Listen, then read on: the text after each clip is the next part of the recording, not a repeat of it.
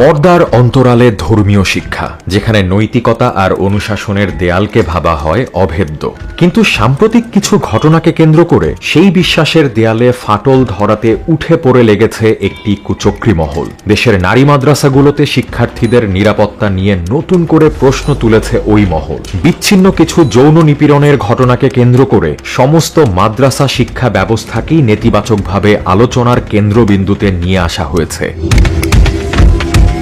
সম্প্রতি প্রভাবশালী সংবাদ মাধ্যম প্রথম আলোর মাধ্যমে মহিলা মাদ্রাসার শিক্ষার্থীদের পাশে কে দাঁড়াবে শীর্ষক একটি মন্তব্য কলামে এই সংকটের গভীরতা তুলে ধরা হয়। একই সুর শোনা যায় বিবিসি বাংলার কণ্ঠেও। তারা প্রশ্ন তুলেছে, আবাসিক মাদ্রাসায় মেয়েরা আসলে কতটা নিরাপদ? নরসিংদীর রায়পুরা কিংবা নেত্রকোনার সাম্প্রতিক ঘটনাগুলো জনমনে সৃষ্টি করেছে নানা প্রতিক্রিয়া। অভিযোগের আঙুল উঠেছে প্রতিষ্ঠানের পরিচালক বা শিক্ষকদের দিকে, যারা ক্ষমতার অপব্যবহার করে অন্ধকার পথে পা বাড়িয়েছেন বলে দাবি করা হচ্ছে বিভিন্নভাবে। তবে মুদ্রার উল্টোপিঠও রয়েছে। অনেকেরই প্রশ্ন, সাধারণ শিক্ষা প্রতিষ্ঠানে নিয়মিত ঘটে চলা অপরাধ নিয়ে সমাজ কেন নীরব? কেন কেবল উদ্দেশ্য প্রণোদিতভাবে মাদ্রাসা শিক্ষা ব্যবস্থাকেই লক্ষ্যবস্তু করা হচ্ছে? সম্প্রতি মহিলা মাদ্রাসা নিয়ে ঘটে যাওয়া একটা ঘটনা নিয়ে সারা দেশে মোটামুটি তোলকালাম সৃষ্টি হয়ে গিয়েছে। মূলত এই ধরনের বিচ্ছিন্ন ঘটনা কলেজ ভার্সিটি বা ভিন্ন মতদর্শী জেনারেল লাইনেও অহরহ ঘটার সত্ত্বেও কেন মাদ্রাসায় বিচ্ছিন্ন দু একটা ঘটনা ঘটলে সারা দেশে একটা বুলিং এর শিকার হয় মাদ্রাসা আলাদা? যেটা বারবার হুজুরদেরকে বিভিন্নভাবে দোষারোপ করা হচ্ছে, বিভিন্নভাবে মানে ওদের ইমেজটাকে নষ্ট করা হচ্ছে। মেন জিনিসটা হলো দেখেন, এই যে ধর্ষণের যে ঘটনা ঘটলো, এর চেয়ে ভয়ঙ্কর ঘটনা ঘটছে, তো ওটা কেন হাইলাইট হচ্ছে না? আমরা সচরাচর স্কুল কলেজে ভার্সিটিতে সবসময় দেখি আমরা, যেটা কোনোভাবে ধামাচাপা দেওয়া হয়, ওইভাবে প্রকাশ হয় না, ওইভাবে শক্ত বক্তব্য দেওয়া হয় না এটা। কিন্তু মাদ্রাসায় এই ঘটনাগুলো ঘটলে এটা নিয়ে অনেক শক্তভাবে পদক্ষেপ নেওয়া হয়। এটা খুবই দুঃখজনক, যেটা কলঙ্কিত হয় মাদ্রাসা এবং মাদ্রাসার সুনাম নষ্ট হয়। এটা ফেনীর পরশুরামের সেই চাঞ্চল্যকর ঘটনাটি যেন চোখ খুলে দেওয়ার মতন একটি উদাহরণ। মোজাফফর আহমদ নামের মসজিদের এক ইমামের বিরুদ্ধে ধর্ষণের অভিযোগ এনে তাকে জেল খাটানো হলেও দীর্ঘ আইনি লড়াইয়ের পর ডিএনএ পরীক্ষায় বেরিয়ে আসে আসল সত্য। অপরাধী ছিল খোদ ভুক্তভোগীর আপন ভাই।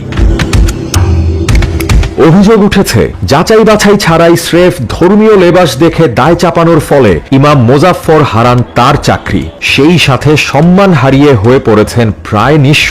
এই মামলাটি তখন তদন্ত এবং যাচাই বাছাই ছাড়া তখন স্থানীয় সবাই মিলে তখন প্রশাসনকে নিয়ে একত্রিত হয়ে তখন তারা সবাই আমার বিরুদ্ধে মামলাটা করে। সেই সামাজিকভাবে আমি হেনস্থার শিকার হয়েছি। এই জন্য আমি আর্থিক ক্ষতিপূরণ এবং কি সামাজিক আমার যে অনেক মানহানি হলো, এই মানহানির আমি ক্ষতিপূরণ শাস্তি দাবি করছি। একইভাবে নেত্রকোনার মদনের এক মাদ্রাসা শিক্ষার্থীকে ধর্ষণের অভিযোগে গ্রেফতার করা হয় মাদ্রাসার শিক্ষক আমানুল্লাহ সাগরকে। গ্রেফতার হওয়ার আগে ফেসবুক লাইভে এসে অভিযুক্ত আমানুল্লাহ সাগর দাবি করেন তাকে সুপরিকল্পিতভাবে ফাঁসানো হচ্ছে, যে একটা অপপ্রচার করা হচ্ছে, অপবাদ রটানো হচ্ছে, এটার সাথে আমি কোনোভাবেই সম্পৃক্ত না।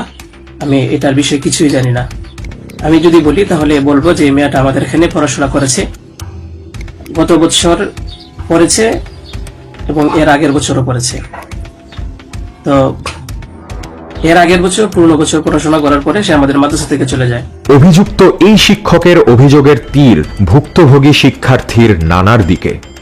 যে মেয়েটা এখানে আসতে চাচ্ছিল না, তাকে কেন জোর করে আনা হলো?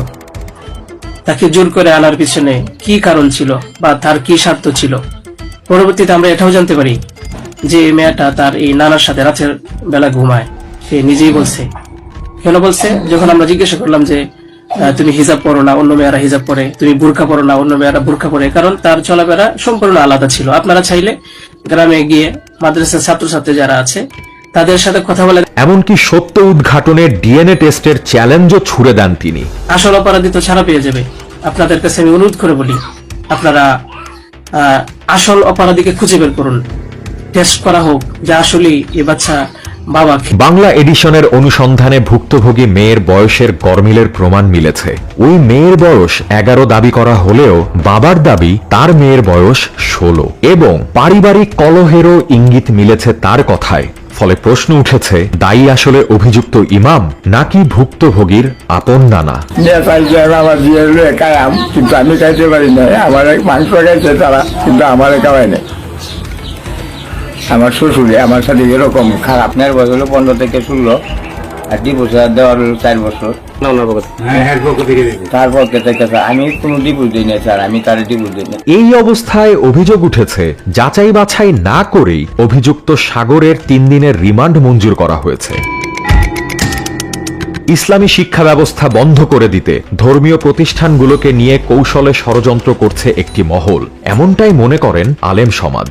আজ গোটা বিশ্বব্যাপী কওমি মাদ্রাসার নামে সঠিক এবং সহি ইসলামী বিদ্যাপীঠগুলো বিশ্বব্যাপী ইসলামী খেদমত করে আসছে, কিন্তু কিছু ইসলামী বিদ্বেষী তারা ইসলামী শিক্ষা ব্যবস্থাকে চিরতরে বন্ধ করে দেওয়ার ব্যাপারে বিভিন্ন ধরনের ষড়যন্ত্রে তারা মেতে উঠেছে। ইসলামের শত্রুরা বিদ্বেষীরা এই মাদ্রাসাগুলো নিয়ে অপপ্রচার চালাচ্ছে। বিভিন্ন সময় বিভিন্নভাবে ছোট ছোট দুই একটি ঘটনাকে কেন্দ্র করে বড় বড় ইস্যু উঠাইতেছে। দেশের সমস্ত মাদারিসে কওমিয়া লিল বানাত বন্ধ করে দিতে হবে, তো এই ধরনের অপপ্রচার চালাচ্ছে। এই কওমি মাদ্রাসাগুলোতে আমাদের মা বোনরা একেবারেই নিরাপদ, এবং যারা এই তুচ্ছ তুচ্ছ ঘটনাকে কেন্দ্র করে বড় বড় ইস্যু তৈরি করে বন্ধের পায়তারা করতেছে, আমি এদের তীব্র নিন্দা। হাটহাজারী আরবি বিশ্ববিদ্যালয়ের সিনিয়র মুহাদ্দিস মাওলানা আশরাফ আলী নিজামপুরী মনে করেন, সন্ন্যাসী কিছু গণমাধ্যম যাচাই বাছাই না করে ঢালাওভাবে ধর্মীয় প্রতিষ্ঠানকে আক্রমণ করার গভীর ষড়যন্ত্র চালাচ্ছে। তথাকথিত মিডিয়া সন্ত্রাস, তত্ত্ব সন্ত্রাস যারা পরিচালনা করে, যারা হলুদ সাংবাদিকতা করে, তিলকে তাল বানায়, সত্যকে মিথ্যা বানায়, মিথ্যাকে সত্য বানায়, সরলকে গরল বানায়, আলোকে কালো বানায়, কালোকে আলো বানায়, তারা কওমি মাদ্রাসাকে টার্গেট করে আসছেন এবং ধর্মীয় প্রতিষ্ঠানকে টার্গেট করে আসছেন। অহরহ স্কুল কলেজ ভার্সিটিতে ঘটছে, এসব তো প্রচার করা হচ্ছে না, কিন্তু ছোট্ট একটা ঘটনা কোথাও একটু ঘটছে, সত্য মিথ্যা যাচাই না করে দেখা যাইতেছে প্রিন্ট মিডিয়ায়, ইলেকট্রনিক মিডিয়ায় খুব জোরে সোরে তারা প্রচার করতেছে। বিষয়টি নিয়ে সরব হয়েছেন প্রবাসী লেখক ও অনলাইন অ্যাক্টিভিস্ট পিনাকি ভট্টাচার্য। তিনি সামাজিক যোগাযোগ মাধ্যমে সতর্ক করে বলেন, হুজুর মানেই ফেরেশতা নয়, কিন্তু কোনো ঘটনা এলেই এক শ্রেণীর মিডিয়া আলেমদের টার্গেট করা শুরু করে। পিনাকি ভট্টাচার্য তার পোস্টে তথাকথিত সেই সাংবাদিকতার তীব্র সমালোচনা করেন। এসব বিষয় আলোচনায় রেখে দৈনিক প্রথম আলো পত্রিকার বিরুদ্ধে দীর্ঘদিনের বেশ কিছু বিতর্কিত কর্মকাণ্ড নিয়ে ফের সন্দেহ শুরু হয়েছে।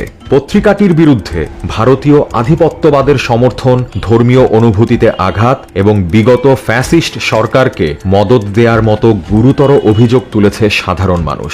পুরস্কার দেখতে পাচ্ছেন যে প্রথম আলো পত্রিকার আমাদের সামনে লেখা, এবং শিরোনামটা আমরা দেখে ফেললাম, ওখানে লেখা আছে যে আমেরিকান এমবেসি ও ভারতীয় দূতাবাসে আক্রমণের পরিকল্পনায় চট্টগ্রাম থেকে এই জঙ্গিদেরকে গ্রেপ্তার, একদম হেডলাইন এটা। তারা যে আমাদের থেকে আমাদের হয়ে কাজ করবে না, এটা অবশ্যই দুঃখজনক, এবং তাদের কালচার, তাদের নেচার কত জঘন্য এবং নিকৃষ্ট এটা আমাদের এই জাতি জানে, বাংলাদেশ জানে। বিশেষ করে গণ অভ্যুত্থানের 24-এর গণ অভ্যুত্থানের সময় তারা যেই মিথ্যাচার করেছে, এটা অবশ্যই আমাদেরকে ব্যথিত করে। বর্তমান প্রেক্ষাপটে অপপ্রচার বা প্রোপাগান্ডাকে নিছক বিভ্রান্তি নয়, বরং একটি সুপরিকল্পিত মনস্তাত্ত্বিক যুদ্ধ হিসেবেই দেখছেন বিশেষজ্ঞরা। তাদের মতে এই অপপ্রচারের মূল লক্ষ্যই হল সমাজের গভীর স্তরে প্রথিত ইসলামী মূল্যবোধকে বিতর্কিত ও প্রশ্নবিদ্ধ করা। এসব অপতৎপরতা মোকাবেলায় এবং আদর্শিক সুরক্ষা নিশ্চিতে ঐক্যবদ্ধ হওয়ার কোনো বিকল্প নেই বলে জানান ইসলামিক ব্যক্তিত্ব শেখ জসিমউদ্দিন রহমানী। ইসলামী শিক্ষা, মাদ্রাসা, মসজিদ, দ্বীনি পরিবেশ এবং ইসলামী মূল্যবোধকে সমাজে প্রশ্নবিদ্ধ করার অপচেষ্টা এ এক সাংস্কৃতিক আগ্রাসন, এ এক চিন্তাগত যুদ্ধ, এ এক নীরব আদর্শিক অভিযান। যাচাই ছাড়া কোনো সংবাদ বিশ্বাস না করা, মিডিয়া কারণের বিরুদ্ধে সোচ্চার হওয়া, আলেমরা আমাদের ঐক্যবদ্ধ হওয়া, ইসলামী প্রতিষ্ঠানগুলোর মর্যাদা রক্ষায় এগিয়ে আসা এবং মিথ্যা অপবাদ ও পরিকল্পিত অপপ্রচারের বিরুদ্ধে দৃঢ়ভাবে সামাজিক প্রতিরোধ গড়ে তোলা।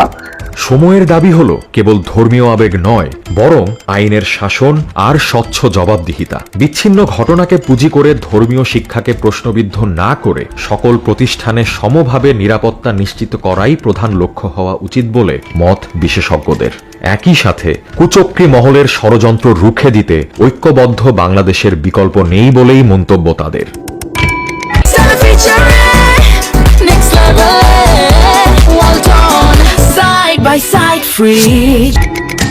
অন্ধকার কি আরো ঘনীভূত হবে, নাকি আলেম সমাজ ও রাষ্ট্র মিলে তৈরি করবে এক নিরাপদ ও স্বচ্ছ পরিবেশ?